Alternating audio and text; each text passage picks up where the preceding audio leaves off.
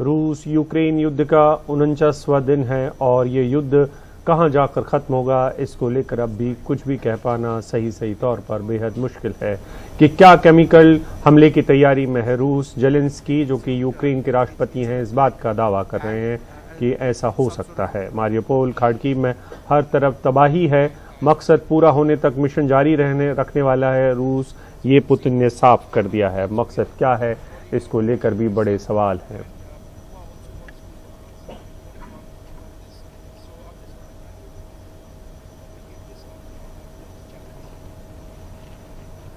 जी जैसा कि विष्णु ने बताया कि यहाँ बॉडी को निकालने की कोशिश चल रही है और देखिए पहली बॉडी जो है वो निकाली जा रही है। यहाँ पे फॉरेंसिक एक्सपर्ट्स जो हैं वो पहुँचे हैं और जो एक हफ्ते पहले यहाँ ये मास ग्रेव मिला था उस मास ग्रेव को में जो बॉडीज हैं उसकी जांच इसलिए ज़रूरी है क्योंकि रूस की तरफ से लगातार ये कहा जा रहा है कि एक स्टेज तरीके से इसको अंजाम दिया गया है, यूक्रेन की तरफ से इसको अंजाम दिया गया है। इसलिए ये ज़रूरी है कि ये जांच की जाए कि आखिरकार ये जो बॉडीज़ हैं इस पे किस तरह के निशान है, क्या गोलियों के निशान है, टॉर्चर के निशान है, किस तरह से टॉर्चर किया गया, किस तरीके से कोल्ड ब्लडेड तरीके से इनको मारा गया। तो एक अहम ये पहलू है रूसी आक्रमण का जो यूक्रेन पर किया गया। ख़ासतौर पे ये इलाका जो कि काफ़ी लंबे समय तक रूसी सैनिकों के जमावड़े उनके कब्जे में रहा क्योंकि रूसी हुआ तो यहाँ उनका जमावड़ा काफ़ी ज़्यादा था। हालांकि कीव में वो घुस नहीं पाए लेकिन जिन इलाकों पे उनका कब्जा था वहाँ से लौटते समय उन्होंने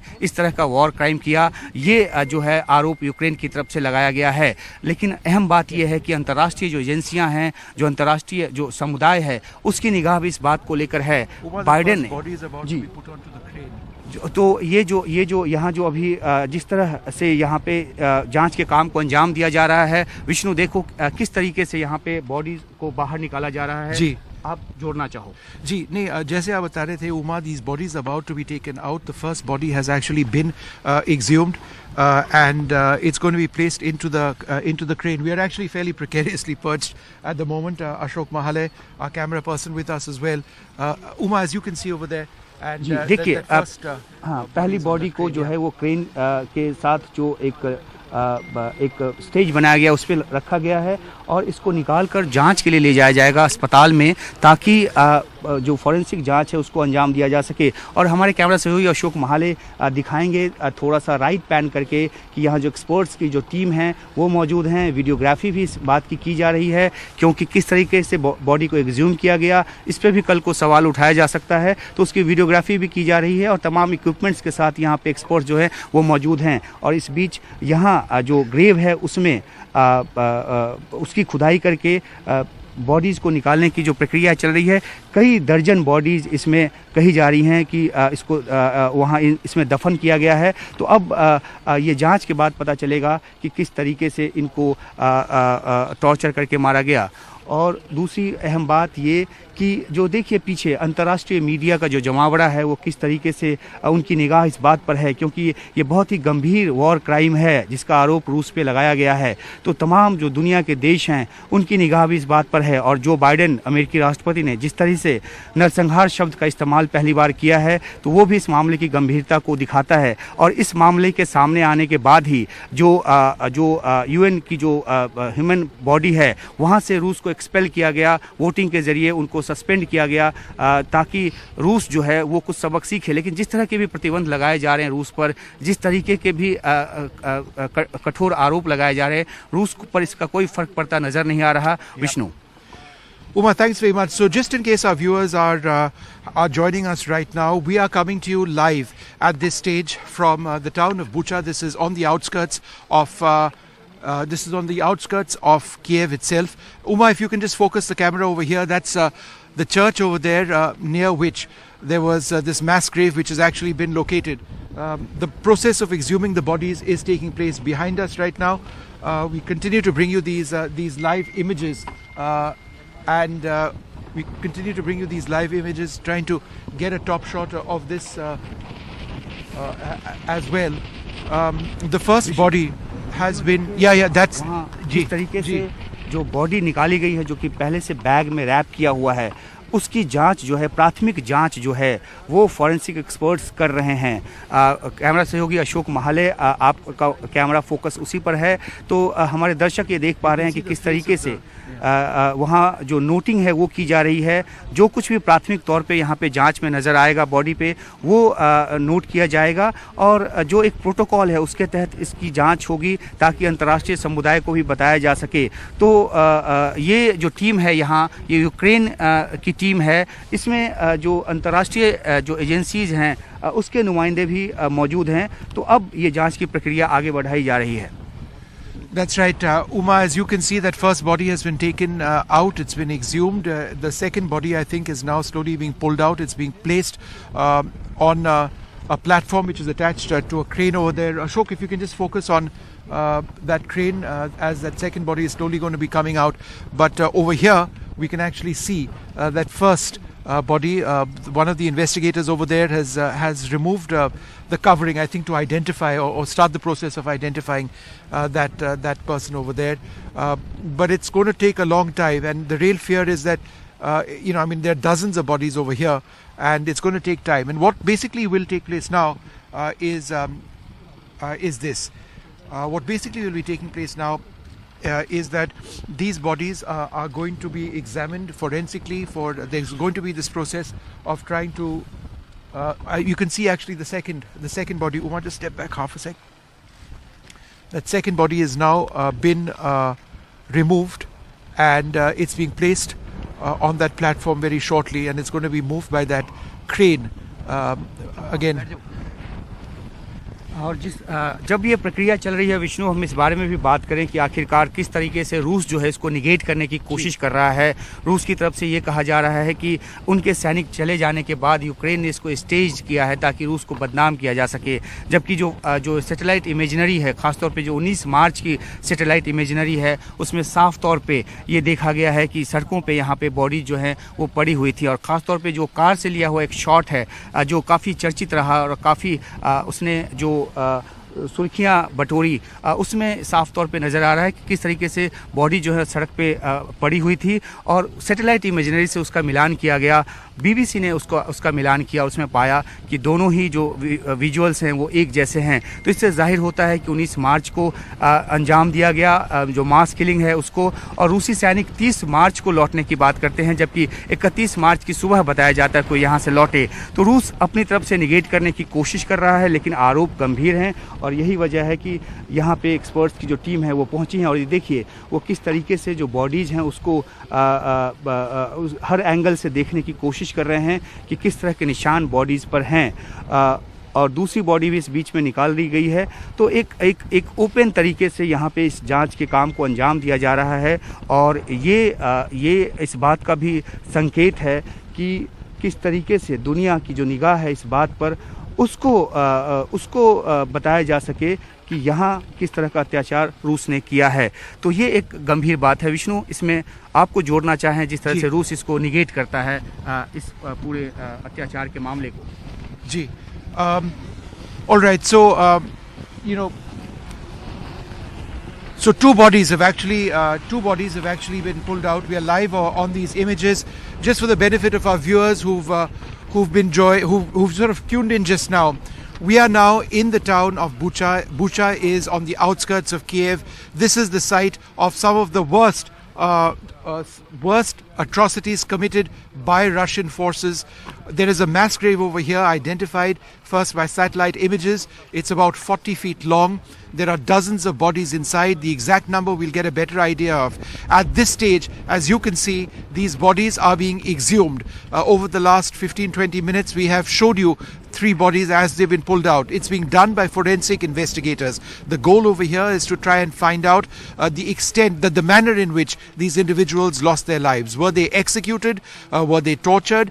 Because there has been clear evidence over here in the town of Bucha of these tortures which have actually taken place. So I'm just going to try and connect the phone line because we lost that signal a moment back. But we're going to continue with these images over here to try and bring you the very latest.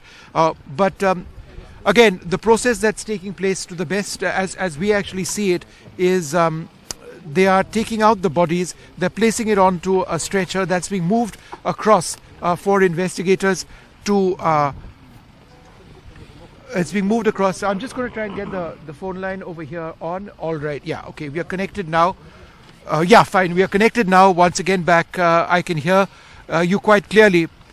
All right, so let us continue with our live broadcast. As you can see over there, again, now 3 bodies have actually been brought out over there. Now the point that we need to sort of make over here is this. A lot of the evidence being collected over here is going to be used also by international investigators. It'll be brought to various international fora. The Ukrainians have always made the point that as evidence comes out, there is a lot of evidence of Russian, rapes and attacks and executions and torture against their civilians. India, for its part, has called for an international probe as well. Several other countries have called for that as well. The evidence which is collected over here will be presented to international bodies. Umay, I think this is a key point, that this is evidence, forensic evidence, which is being collected, which the Ukrainians believe will further their very sharp sort of message that there have been war crimes committed, mass war crimes committed across this country. बिल्कुल, और यही बात है, यही वजह है कि ये यहाँ इस तरह की जांच को अंजाम दिया जा रहा है ताकि दुनिया को बताने की जो कोशिश कर रहा है रूस की उसने अत्याचार नहीं किया है इस तरीके का, ये सामने आ पाए। और तभी जो बॉडीज यहाँ से निकाली जा रही हैं उनको यहाँ मौके पर ही उनके शरीर पे जो निशान है वो देखा जा रहा है। दर्जनों की तादाद में जो यूक्रेन की तरफ से आंकड़ा दिया गया है उसके मुताबिक तकरीबन 1200 जो डेड बॉडीज़ हैं वो इस इलाके से रिकवर हुई हैं या मास ग्रेव में मिली हैं। ये भी कहा जा रहा है कि इस शहर के आसपास ही तकरीबन 400 के आसपास जो बॉडीज़ हैं वो मिली हैं। तो ये एक बहुत ही गंभीर आरोप है और इस आरोप की पुष्टि के लिए ज़रूरी है कि ये जाँच हो, और इसलिए अंतर्राष्ट्रीय मीडिया की नज़रों के सामने जो बॉडीज़ हैं उनको बाहर निकालने का काम चल रहा है। जो बॉडीज़ अभी तक 2 निकाली गई हैं उनकी पड़ताल की जा रही है और इस तरीके से इस जांच को आगे बढ़ाया जा रहा है। एक अहम बात विष्णु कि जो जिस तरीके से भारत ने बात की है बाद एक नतीजे पे पहुंचने की, इसको 2 तरीके से देखा जा रहा है। कुछ ये मानते हैं कि ये एक सही तरीका है, कुछ ये मानते हैं कि कम से कम वॉर क्राइम के मामले में भारत को आलोचना करनी चाहिए थी रूस की, लेकिन भारत ने एक बीच का रास्ता लिया है और जांच की बात की है। ये पहलू जो है वो अपने आप में काफ़ी अहम है, क्योंकि जो रूस का जो आरोप है उसकी भी उस शंका का जो समाधान है वो भी ज़रूरी है। जी, no absolutely, it's there have been claims and counterclaims on this entire process. The Russians have argued for a very long time that in fact a lot of this has been staged by the Ukrainians. The Ukrainians have been constantly saying that no, that's not the case at all, and they've brought a fair amount of evidence to book. But I think one of the most frightening aspects of this is that the town of Bucha is actually a very small town. The real worry is when the truth emerges from a much larger city, for example the city of Mariupol in the south of this country, which has been completely destroyed, where the Ukrainians continue to put up the last vestiges of a defense, and there are widespread reports and claims of massive excesses over there as well, children being raped and the rest. So this is something which evidence of which really needs to present itself. There have been other claims also which have been made, for example on the use of chemical weapons. So in that Ukraine area, again, the international community is out there looking for more evidence to sort of cross-check and verify this sort of information. But I can tell you it is so incredibly sad and so incredibly, what does one say, Umay? I mean, one is at a loss for words in reporting what we are seeing. It's just so difficult. जी बिल्कुल, इस मौके पर होना किसी को भी अच्छा नहीं लगेगा, लेकिन क्योंकि इस तरह की बात हुई है, इस तरह का अपराध जो है वो हुआ है और उसकी जांच ज़रूरी है, और इसलिए ये यहाँ से जो बॉडीज़ है वो निकाली जा रही है। और तीसरी बॉडी जो है वो हम आपको दिखा रहे हैं कि यहाँ से निकाली जा रही है।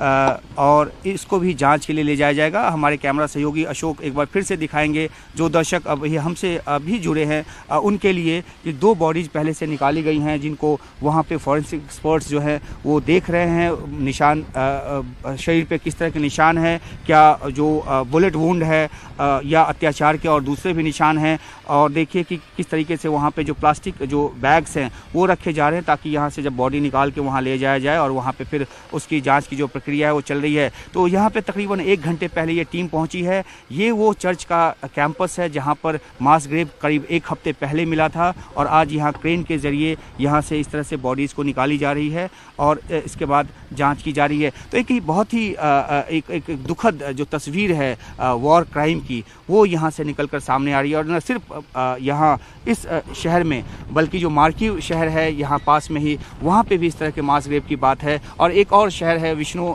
जो नाम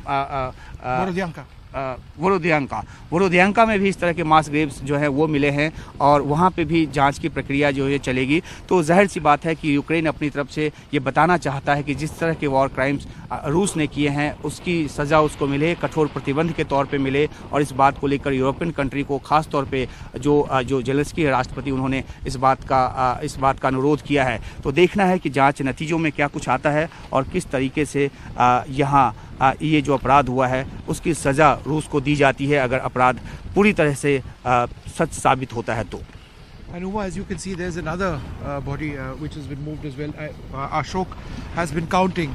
So this is, I think, the 5th body which is actually, this is another body which has been moved, 5th or 6th, right?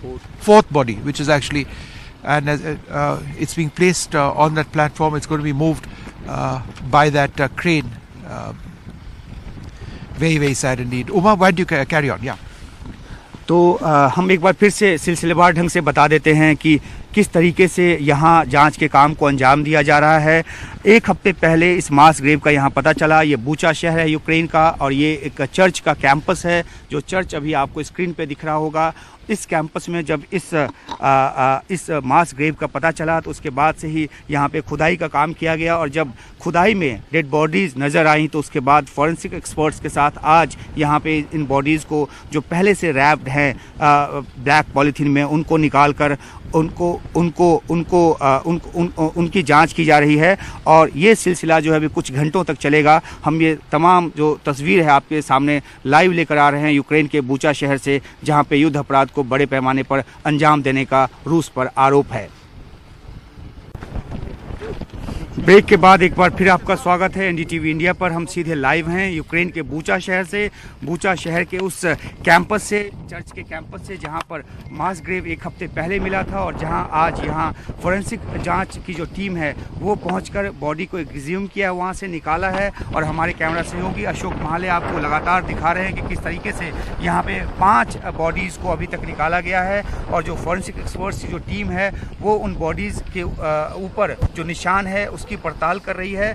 अब इन बॉडीज़ को यहाँ से लेकर जाया जाएगा और आगे की पड़ताल को अंजाम दिया जाएगा। ये पड़ताल इसलिए ज़रूरी है क्योंकि जब से यूक्रेन ने इस मास ग्रेव को लेकर एक अत्याचार का, वॉर क्राइम का आरोप लगाया है रूस पर, रूस लगातार इसको निगेट करने की कोशिश करता रहा है। रूस का कहना है कि ये स्टेज तरीके से यूक्रेन की तरफ से किया हुआ वॉर क्राइम है, उनकी तरफ से किया हुआ एक फेक तरीके से ये एक आरोप है। लेकिन इस जांच से पता चलेगा कि आखिरकार किस तरीके से इनको मारा गया। और ये इसलिए भी अहम है क्योंकि जब इनकी हत्या की गई है उस वक्त इस पूरे इलाके में जो रूसी सैनिक हैं उनका जमावड़ा था बड़ी तादाद में। क्यू को 3 तरफ से उन्होंने घेरा हुआ था। क्यू में तो वो नहीं घुस पाए, लेकिन जब उन्होंने वापस जाने का सिलसिला 30 से 31 मार्च को शुरू किया, उसके तकरीबन 1 हफ्ते पहले या 10 दिन पहले उन्होंने यहाँ इस तरह से सिविलियंस को मारा।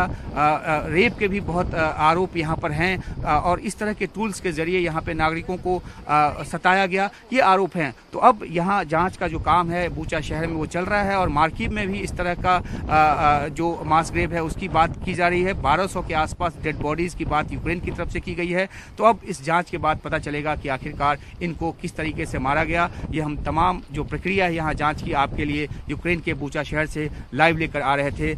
हम आपसे फिर अपडेट के साथ मिलते हैं एक ब्रेक के बाद।